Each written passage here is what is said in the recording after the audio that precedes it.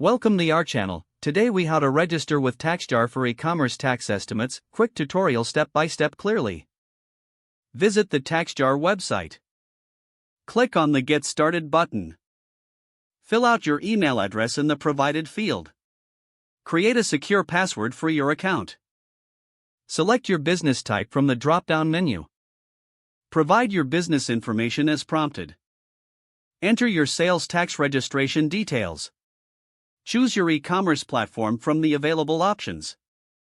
Connect your e-commerce platform by following the on-screen instructions. Next, specify the states where you conduct business.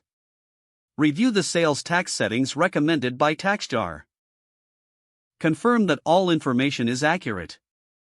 Click the Finish button to complete your registration. You will be redirected to your TaxJar dashboard. Explore the features available on your dashboard. That's it. You're now set up to receive e-commerce tax estimates. If the page does not load, refresh the browser or try again in a private or incognito window.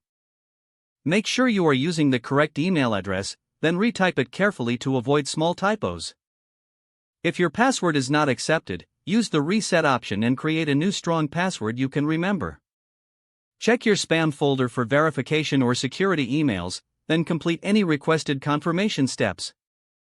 Enable two-factor authentication if available to improve account security and reduce unauthorized access risk. After signing in, review your profile details so your contact information and settings are. If you see an error message, note it down and try again after restarting your device and internet connection.